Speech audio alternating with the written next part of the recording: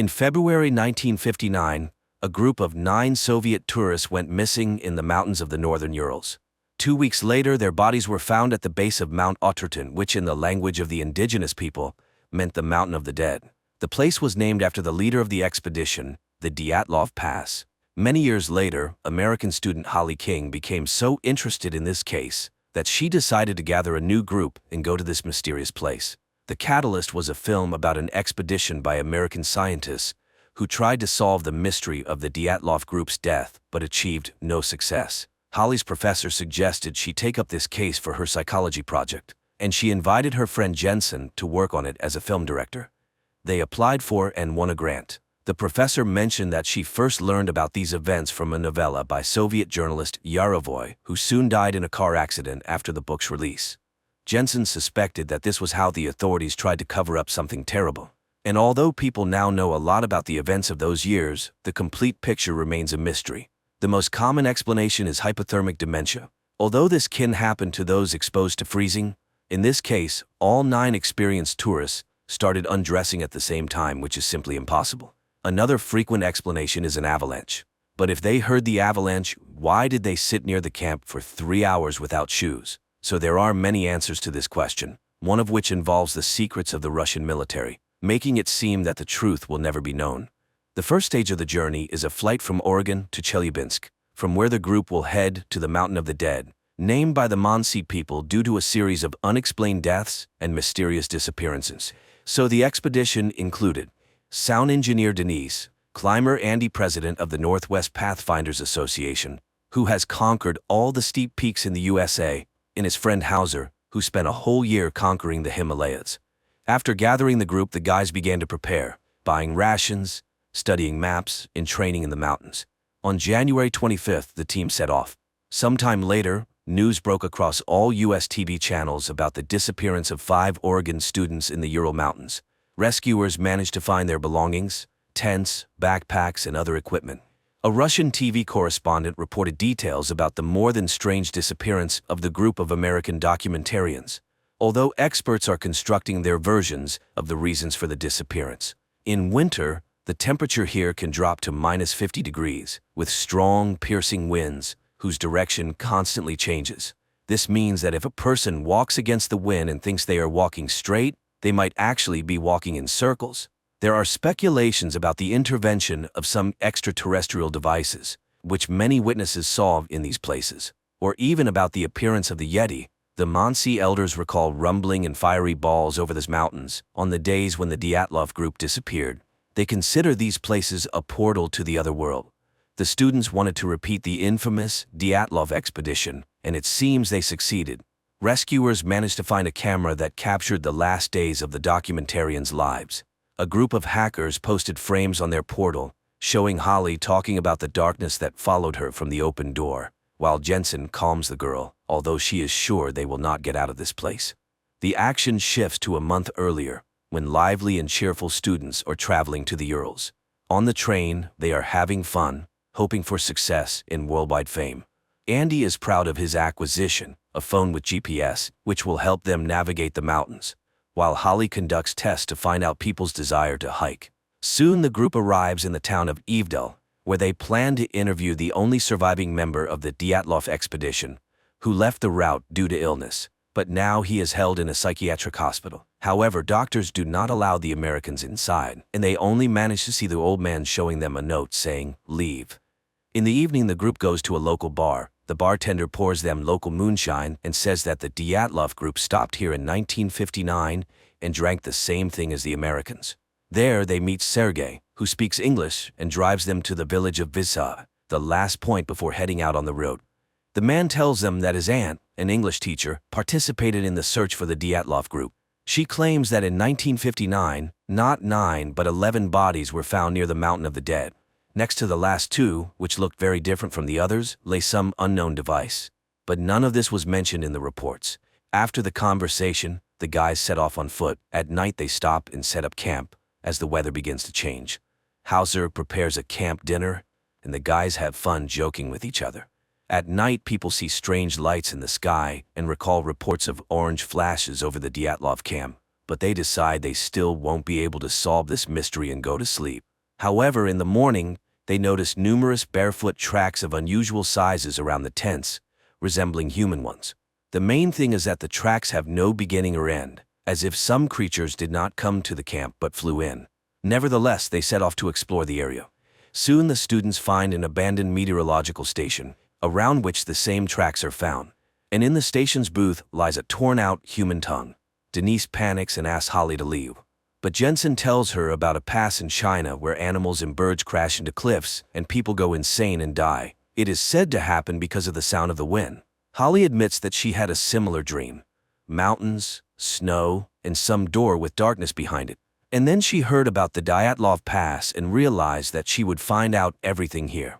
During their conversation, the camera captures two human figures running far in the background. Later they go further and unexpectedly come to the Dyatlov Pass. Once, 9 people set up camp in this very place, had dinner, and went to sleep. But somewhere between 9 and 11 at night, something that the authorities called an unknown irresistible force forced them to leave the tent in such horror that they cut it from the inside and ran into the night, where it was minus 28 degrees. Holly marks the places where their bodies were found. The first deceased, Rustem Slobodin, Igor Dyatlov, the group's leader and the most experienced tourist. It was probably his idea to leave the tent. Zinaida Kolmogorova was closest to the camp, the only victim who resisted, as her tongue and most of her oral cavity were torn out.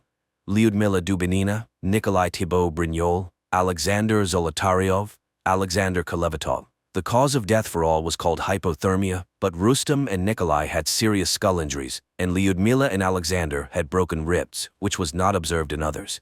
There were no signs of an attack on any of the bodies, no external injuries.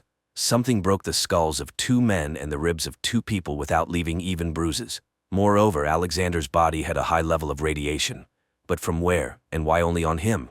Georgy Krivonashenko and Yuri Doroshenko, when others ran away, sat by the extinguished fire and froze to death. While Holly is conducting research, Andy is surprised that their group somehow covered 22 kilometers in one day. Everyone's watches, GPS, and even the compass stopped working. Some guys suggest leaving the mountains before it's too late, but Holly persuades them to stay and finish the film. At night, Holly notices that the Geiger counter starts signaling, and together with Jensen, they go up the slope, where they find a high but not deadly level of radiation. Unexpectedly, the students discover the entrance to a bunker, closed with an iron door. Holly wants to open it, although Jensen is categorically against it, as Russian authorities did not build it here for nothing, closing something dangerous in the mountain. However, it turns out that the door is open and just a bit frozen. Holly asks Jensen not to tell the others about the discovery to avoid causing panic among the already scared team. They return to the camp and settle for the night. Around 6 a.m., a huge avalanche roars down the mountains, killing Denise, injuring Andy, and sweeping away the tents and almost all supplies. At first, everyone quarrels, trying to find the culprit of the tragedy, but gradually they realize it was an attempt on their expedition. They help Andy and try to contact the outside world somehow. Holly tells them about the bunker, which enrages Hauser since they are freezing here in the snow, while it might be warm there. The students launch a signal flare and wait for help. After some time, 2 people arrive, claiming they saw the flare, but Andy does not believe them, since they have no backpacks and could not have reached here so quickly. He stays to hold them back while the others are ordered to run. The strangers shoot Andy and wound Hauser. Holly, Jensen, and the wounded Hauser barely manage to get into the bunker. The strangers pursue them, but the students close the door. The Americans turn on the lighting, although it is dim and flickering. Running through the tunnels, they find a laboratory full of various devices and documents, among which are old journals with the names of people who died in the line of duty. There are also details about the famous American experiment with the teleportation of the USS Eldridge. Hauser feels unwell and stays put, as Holly promises to find an exit in return for him. The students continue on alone. Soon, Holly and Jensen find the bodies of soldiers who recently died. One of them is missing a tongue, presumably the one they found earlier at the station. But the other bodies are very old and even skeletonized. The 2 open another door, behind which they sense movement. Suddenly, under the flashlight, they see exactly the same camera they have. Moreover, it has their recordings on it. Jensen recalls the teleportation of the Eldridge, which likely happened to them too. At that time, many soldiers mutated, turning into something incomprehensible. At that moment, they hear Hauser's screams and rush to him, finding their friend being torn apart by two humanoid mutants. Noticing the newcomers, the mutants attack them. Resembling skeletons covered in skin, the mutants seem to possess the ability to teleport as they appear out of nowhere in any place. Jensen and Holly leave their friend's body, run out of the bunker, and close the door. To their surprise, the mutants do not chase after them. The survivors turn around, and instead of a snowy field, they see a fossil forming a huge round tunnel. The students realize that this is the path for the mutants' teleportation. Holly throws debris inside and sees that the passage is activated. Looking around, the couple finds drawings on the walls made by the local inhabitants and understands that they discovered this place, built by an ancient civilization once living under these mountains. Such portals can be anything, even weapons scattered around the world, which explains many great mysteries. They do not know where it might take them, to which space or time, but Jensen suggests they need to mentally focus on the place they intend to go. And it will work. The only place that they both clearly imagine is the surroundings of their camp near the bunker entrance. They have no choice but to head into the tunnel. The plot shifts back to 1959, when a Soviet girl from the search team finds their bodies and is very surprised because the rescuers have already found all 9 participants of the expedition. Approaching Soviet soldiers take the bodies to the bunker, while one major picks up the Americans' camera, not understanding what it is. The soldier wants to place the Americans with the other bodies, but the major orders them to be placed in a separate room for examination by a doctor. Undressing the deceased, the soldiers are astonished by the unusual clothing for the 1950s. The naked bodies of Holly and Jensen, now looking like mutant bodies, are hung on hooks in a separate cell. The sergeant places the camera under a light. When everyone leaves, the creatures begin to revive. The man lifts his head and looks at the woman. She directs her gaze at the camera, and an angel wing tattoo is visible on the right side of her neck, the same one Holly had. Despite some inconsistencies, the storyline adheres to most known facts, although the American-Russian creative team skillfully handled the mystified legacy of the USSR. However, the found footage effect combined with acting, special effects, and magnificent locations is good enough to ensure the thriller's watchability.